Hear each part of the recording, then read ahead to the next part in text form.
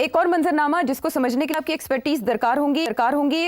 ایک phone call کی بات کی جا رہی ہے اسرائیلی اخبار دی ٹائمز آف اسرائیل میں کہ پریزیڈنٹ ٹرمپ اور بنیامن نیتن یاہو کے درمیان ایک فون کال ہوئی جس میں باقاعدہ ڈسکس کیا گیا کہ غزہ جنگ کو 2 ہفتوں میں لپیٹ دیا جائے گا اور کچھ حماس کے رہنما جن کو جلا وطن کر دیا جائے گا. 4 عرب ممالک تعمیر نو میں حصہ لیں گے اس علاقے کی جو جنگ زدہ ہے.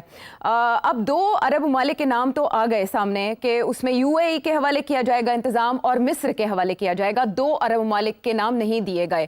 لیکن مجھے آپ سے یہ جاننا ہے کہ یہ جو پلان بن رہا ہے اس کے پیچھے کتنا ہوم ورک ہے, حماس اس کو قبول کرے گا, اور دوسری طرف سعودی عرب کے لیے اور مڈل ایسٹ کے دیگر ممالک کے لیے یہ کتنا قابل عمل اور قابل قبول ہوگا؟ جیسے انگریزی کا محاورہ ہے ایزیئر سیڈ دین ڈن. کہنا بڑا آسان ہے, معاملے بہت کمپلیکیٹڈ ہے. دیکھیے let's take it step by step. آپ نے کہا وہ کہتے ہیں ابراہیم اکارڈ جو ہیں وہ سارے مسلم ممالک جوائن کر لیں گے. جی ٹھیک ہے جی, اس کے بعد حماس کی چھٹی ہو جائے گی. یہ 4 ملک یا 6 ملک مل کے کوئی کمیٹی بنا کے غزہ کو چلائیں گے. نان سینس. یہ ایسے ہونا نہیں ہے. پہلی بات تو یہ ہے کہ پہلا قدم جو ہے وہ تو ہے ایران کے ساتھ سیٹلمنٹ کرنا. آپ کا کیا خیال ہے اگلے 10 دن میں سیٹلمنٹ ہو جائے گی ایران کے ساتھ؟ یہ غلط فہمی ہے. ایران کے ساتھ بیٹھ کے ڈیٹیل میں بڑی باتیں ہوں گی, کچھ بریک ڈاؤن ہوگا, پھر آئے گا, پھر چلے گا, پھر آئے گا, پھر چلے گا. یہ ایسے نہیں ہوگا. ابھی بہت راستے انہوں نے طویل راستے کور کرنے ہیں. ایران کہتا ہے ہم نے نیوکلیر انریچمنٹ جو ہے وہ روکنی نہیں ہے, ہمارا پیسفل پروگرام, آپ انسپیکشن کرا لیں جتنی کرانی. وہ کہتے ہیں ختم کرو سارا کچھ, ریپ اپ. پہلے رول بیک جو ہے وہ بھی ختم کریں. Please roll back your program. آپ کو نہیں بنانے دیں گے, پیسفل یوز بھی نہیں کرنے دیں گے. تو اس کو گیپ کو بند کرنے کے لیے کافی بھاگ دوڑ کرنی پڑے گی. پر چلے دیٹ سٹیج 1. یہ ہفتے 10 دن کی بات نہیں ہے کہ یہ ہو جائے گا. دوسری بات یہ ہے کہ یہ جو حماس ہے یا حزب اللہ ہے, آپ کا خیال ہے بٹن دبائیں گے اور ان کو آپ جلا وطن کر دیں گے, یہ سارے جو فائٹرز ہیں یہ فارغ ہو جائیں گے؟ ایسے نہیں ہوتا. سب کے اپنے اپنے انٹرسٹ ہوتے ہیں. یا تو آپ ان کو مار کے ختم کریں, تو کیا آپ کا خیال ہے کہ یہ مسلم ممالک they will be part of this, کہ ان کو مار کے بالکل جو رہ گئے وہ بھی ختم کر دیا جائے؟ نو. وہ بھی کہیں گے ہمارا بھی رول ہونا چاہیے. We need to be accommodated. اتنا آسان کام نہیں ہے. تیسری بات یہ ہے کہ یہ جو جس کے بارے میں یہ کہہ رہے ہیں کہ یہ ملک آئیں گے اور یہ آ کے چلائیں گے, وہ بھی تو گارنٹیز مانگیں گے نا جی کہ بھئی ہمیں کیا پاورز ہوں گے ہمارے پاس, کیا نہیں ہوگا, یہ کیسے ہوگا, وہ کیسے ہوگا. ہیوج لمبا آرڈر ہے یہ. اور لاسٹ بٹ ناٹ لیسٹ, یہ جو بات ہے کہ جی اسرائیل ایک وعدہ کرے گا 2 اسٹیٹ سولوشن. ارے یار اسرائیل کے وعدے, یہ وعدوں کے اوپر اب آگے بات نہیں چلنی ہے کہ جی اسرائیل کہے گا جی 2 اسٹیٹ سولوشن ہم جا کے دے دیں گے آگے جا کے. No. Who is going to believe it? نہ اسرائیل کو کوئی یقین کرے گا نہ امریکہ کو. تو میں نہیں سمجھتا کہ یہ سارا جو ایجنڈا جو ڈسکس ہو رہا ہے یہ ڈونلڈ ٹرمپ صاحب کر رہے ہیں, یہ بالکل ممکن نہیں ہے کہ اس طریقے کے ساتھ یہ ہو جائے. البتہ ابراہیم اکارڈ جو ہے, پہلے تو اسرائیل کو پیلسٹینین اتھارٹیز جو ہیں ان کے ساتھ بات کرنی پڑے گی اور ایران کی حمایت لینی پڑے گی.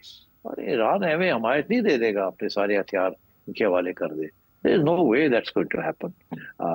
There has to be a sense of justice.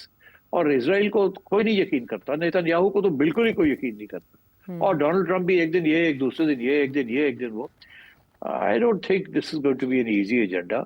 اس کے اوپر باتیں چلیں گی, ہوئے گا نہیں ہوگا, long way to go.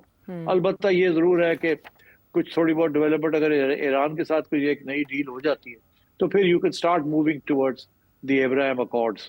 اور مگر کیا اس میں حماس اور حزب اللہ اور یہ سارے فارغ ہو جائیں گے؟ I don't think so.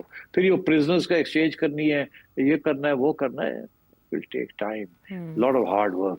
اور اوپر سے no one trust Netanyahu, اور نیتن یاہو کے خلاف اسرائیل کے اندر بھی پورا ایک محاذ بنا ہوا ہے اور بن رہا ہے. عدالتیں اس کے پیچھے پڑی ہوئی ہیں. اب ڈونلڈ ٹرمپ کے کہنے کے اوپر ان کی عدالتیں جو ہے وہ کیسز ہی ختم کر دیں گی. یہ کیا بات ہوئی؟ اور یہ جتنا کوشش کرے نیتن یاہو کو بچانے کی, اٹس ناٹ, وہاں کے بھی ایک سسٹم ہے. It's not good. یہ تو نہیں ہے کہ اسرائیل نے بہت بڑی جنگ جیت لی ہے. نو, کوئی جنگ ونگ نہیں جیتی اسرائیل نے. تو اس لیے I think long tall order.